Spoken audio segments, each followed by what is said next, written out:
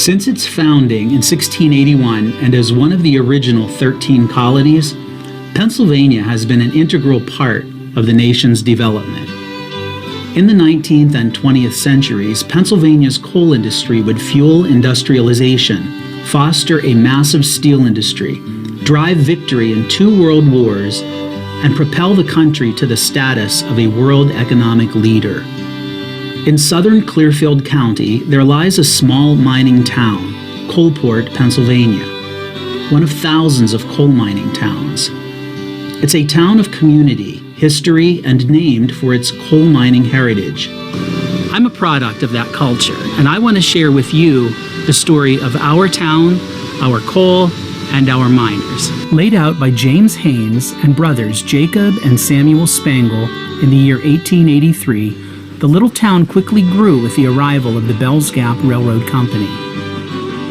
This railroad, as well as the Pennsylvania Railroad Northwest Division and the New York Central Railroad, made Coalport a central hub bustling with sawmills, theaters, opera houses, and of course, coal mines. Coalport boomed along with the coal and steel industry. At the height of bituminous coal production in the Keystone State, there were more than 400 active mines in the Glendale Valley area where Coalport sits. Today, historic Coalport is home to less than 500 people, a small but mighty community, proud of their roots in the mines. The residents work to preserve their ancestry and town's history at the Coalport Area Coal Museum. This place is dedicated to the sturdy ore-filled past, reminding us of the days when coal was king. Come with me as we step into Pennsylvania's past to understand the lives and sacrifices of my ancestors, the miners of Coalport.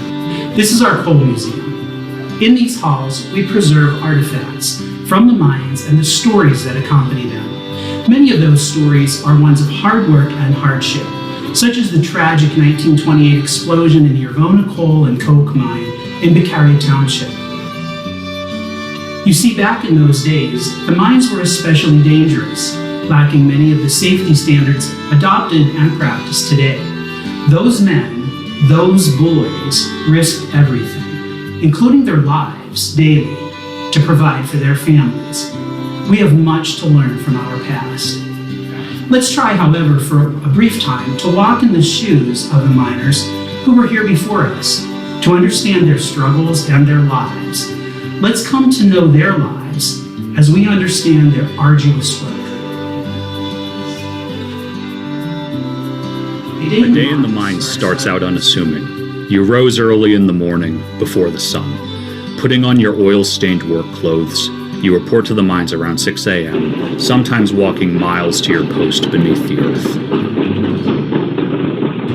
You could never predict your day or the dangers that lay in wait. Just past the mine's entrance, logs stacked nearly high enough to accommodate a standing position surrounded either side of the shaft, precariously supporting the weight of the world above it.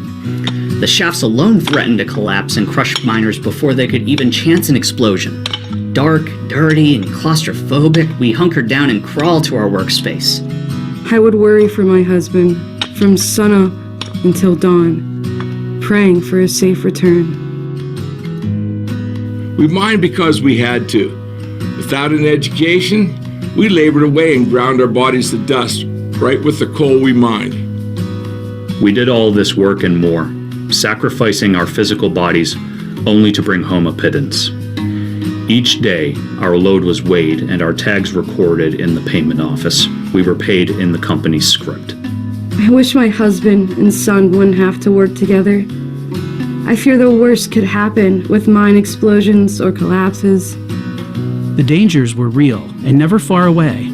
On August 15th, 1928, disaster struck at the Yervona Coal and Coke's No. 3 mine, killing 13 miners. I can remember as if it was yesterday. It was just after 3 in the afternoon. I was working the Yervona Coal and Coke's No. 3 mine. We were sweaty and dusty and tired, but we still had more work to do. As I raised my pick, my partner and I heard a loud thud further down the mine. Almost immediately, the smell of gas became so pungent that we could almost taste it. We felt the heat on our faces. That's when I looked at my partner He told me, "We're gonna die." It was only by pure chance that I was able to survive. Had I run down the wrong shaft, as my buddy did, I too would have joined our unfortunate 13 fellow members in death.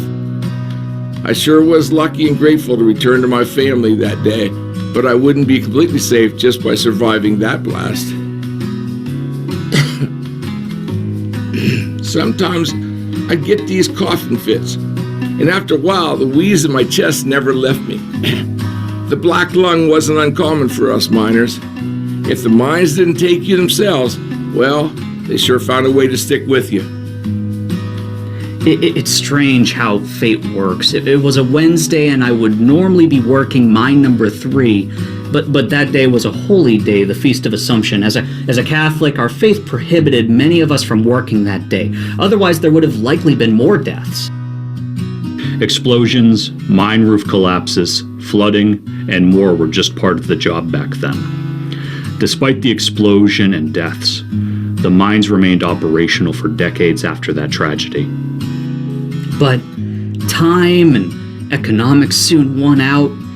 Beginning in the 1950s, economics did what no calamity or danger could do. The mines began to close.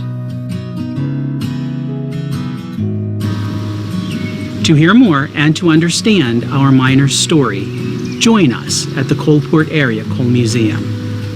Come and see our mining history and the stories of our workers.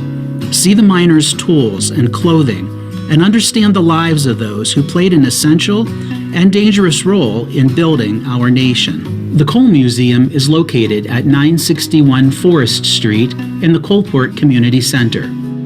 We look forward to seeing you there.